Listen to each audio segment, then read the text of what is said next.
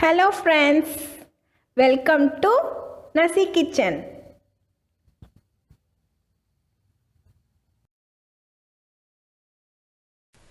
Hi friends, இன்னைக்கு நம்ம சேனல்ல ரொம்பவே ஒரு சூப்பரான ரெஸ்டாரன்ட் சுவையில chicken pepper gravy ரெசிபி தாங்க பார்க்க போறோம். இது வேற லெவல் டேஸ்ட்ல இருக்கும். ரொம்பவே சூப்பராவும் இருக்கும்.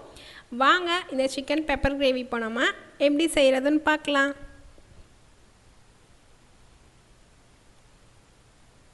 இப்போ அதுக்கு ஒரு 2 டேபிள் ஸ்பூன் போல ஆயில் வந்து நம்ம உள்ள சேர்த்துக்கலாம். 1 ஸ்பூன் மிளகு, 1 ஸ்பூன் ஜீரகம், பட்டை, கிராம்பு, ஏலக்காய் எல்லாமே வந்து நம்ம உள்ள சேர்த்துட்டு இப்போ இதை வந்து நம்ம நல்லா வந்து ஆயிலே வந்து ஃப்ரை பண்ணி கொடுத்துக்கலாம். இப்போ இது நல்லா வந்து ஒரு பொன்னிறமாக வந்து வறுத்து கொடுத்துக்கோங்க.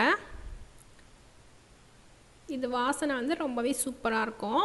இப்போ இதில் ஒரு மீடியம் சைஸ் வெங்காயம் வந்து நான் சாப் பண்ணி எடுத்து வச்சுருக்கேன். இந்த ஆனியனையும் வந்து நம்ம நல்லா வந்து வறுத்து கொடுத்துக்கலாம். இப்போ இதில் வந்து ஒரு 3 பச்சை மிளகாயும் சேர்த்து நல்லா ஃப்ரை பண்ணி கொடுத்துக்கோங்க.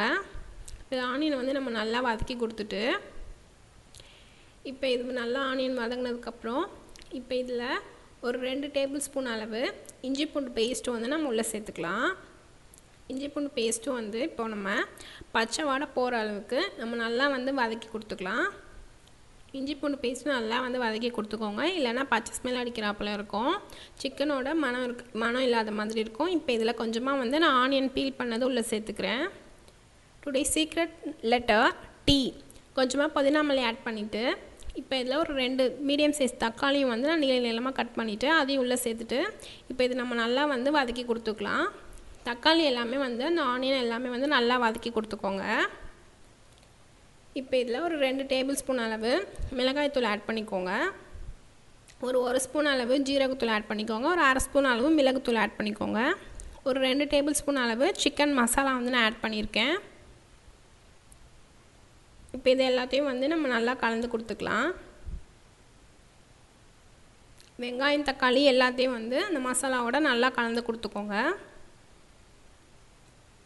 இந்த மாதிரி நல்லா வதக்கி கொடுத்துட்டு இப்போ இந்த மசாலா வந்து லைட்டாக அப்படியே கரிஞ்சிடாமல் இருக்கிறதுக்காக கொஞ்சமாக வந்து தண்ணி சேர்த்துட்டு திரும்பவும் வந்து அந்த வெங்காயம் தக்காளி எல்லாத்தையும் வந்து நல்லா நம்ம வந்து குக் பண்ணிக்கலாம். வெங்காயம் தக்காளி நல்லா மசிஞ்சு வந்தால் தான் நல்லா கிரேவி மாதிரி நல்லா எண்ணெய்லாம் பிரிஞ்சு ரொம்பவே சூப்பராக நம்மளுக்கு வந்து கிடைக்கும்.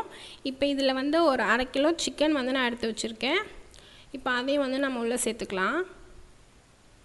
சிக்கன் வந்து நல்லா கழுவி சுத்தம் பண்ணிவிட்டு ஆட் பண்ணிக்கோங்க. இப்போ இதை வந்து நம்ம நல்லா அந்த மசாலாவோடய நல்லா கலந்து கொடுத்துக்கலாம். நல்லா அந்த சிக்கனை வந்து அந்த மசாலாவோடய ஒரு 5 நிமிஷம் போல் நல்லா குக் பண்ணுங்கள்.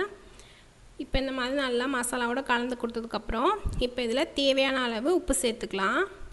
Today secret letter Q. இப்போ இதில் கறி வேகிறதுக்காக கொஞ்சமாக வந்து தண்ணியும் வந்து நம்ம உள்ளே சேர்த்துக்கலாம். இப்போ தண்ணி இந்த மசாலா இது எல்லாத்தையும் வந்து நல்லா வந்து அந்த சிக்கனோட கலந்து கொடுத்துக்கோங்க. இப்போ இதை அப்படியே நம்ம மூடி போட்டு மூடி ஒரு 10 நிமிஷம் போல் மீடியம் ஃப்ளேம்லேயே வச்சு வேக வச்சு எடுத்துக்கலாம். அப்போ தான் கறியில் உப்பு மசாலாலாம் சார்ந்து வரும். இந்த மாதிரி நல்லா எண்ணெய்லாம் பிரிஞ்சு ரொம்பவே சூப்பராக நம்மளோட சிக்கன் பெப்பர் கிரேவி வேறு லெவல் டேஸ்ட்டில் ரெடி ஆகிடுச்சு பாருங்கள்.